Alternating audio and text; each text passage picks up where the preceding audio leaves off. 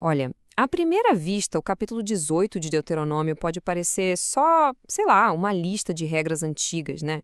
Mas a verdade é que, no fundo, esse capítulo todo é a resposta para uma pergunta bem assustadora, feita milhares de anos atrás. Pensa bem nessa pergunta. Como é que se ouve a voz de Deus sem simplesmente morrer de medo? Imagina só estar diante de um poder tão, mas tão grande que a sensação é que vamos nos desfazer. Pois é, foi exatamente esse o dilema que os israelitas viveram na pele. E é para resolver isso que esse capítulo existe. E aqui está o grito desesperado do povo. Eles estavam lá, no Monte Horebe, e tiveram só um vislumbre do poder de Deus. A reação foi imediata. Eles recuaram. Basicamente disseram: chega, isso é demais pra gente. A gente precisa de um intermediário. É esse clamor, sabe, esse medo genuíno que dá o pontapé inicial para tudo que vem depois.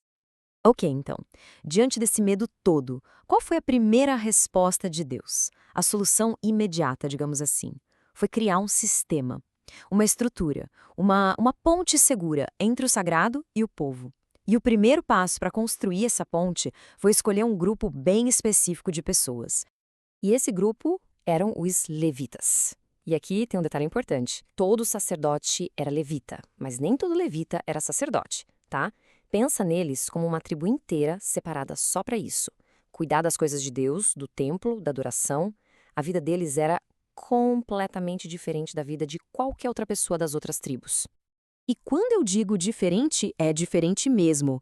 A diferença era gritante. Olha só, enquanto as outras tribos ganhavam terras, gado, propriedades, que era, a base da riqueza e do poder naquela época, a herança dos levitas era o próprio Senhor. O sustento deles vinha direto das ofertas do povo, um pedaço dos sacrifícios, os primeiros grãos da colheita. Isso forçava uma coisa: a dependência deles era total em Deus e não em bens materiais. Beleza. Então, o caminho certo foi estabelecido. Mas não adiantava só mostrar a porta certa. Era preciso também colocar uma placa de perigo nas portas erradas. E é isso que o texto faz agora.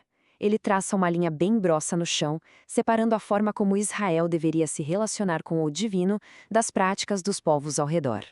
E a escolha era, nossa, preto no branco. De um lado, o caminho proposto por Deus, um relacionamento, uma aliança, uma conversa através de profetas. Do outro lado, o caminho das outras nações, uma busca por poder usando adivinhação, feitiçaria e coisas horríveis como sacrifício de crianças.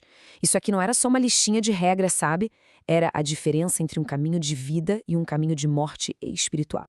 E o texto não mede palavras. Ele é bem explícito sobre o que era chamado de abominação.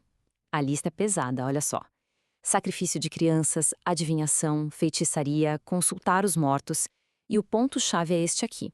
O texto diz que era exatamente por causa dessas coisas que aquelas nações estavam sendo tiradas da terra.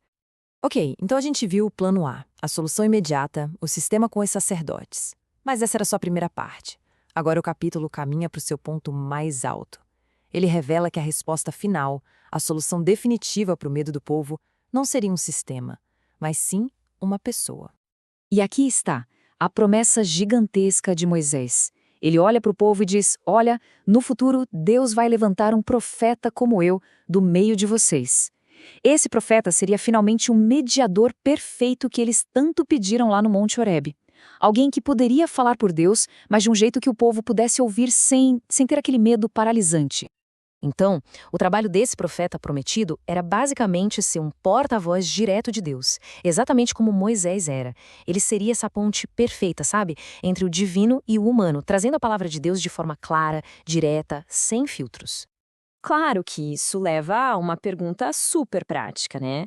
E o próprio texto já se adianta. Poxa, se o papel desse profeta é tão importante, como é que as pessoas iam saber quem era de verdade e quem era o impostor? Como diferenciar o profeta verdadeiro do falso?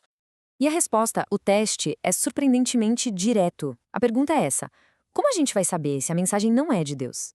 E o teste é o seguinte: se um profeta fala alguma coisa em nome de Deus e essa coisa não acontece, não se cumpre, então, simples assim, a mensagem não veio de Deus. Aquele profeta falou por conta própria.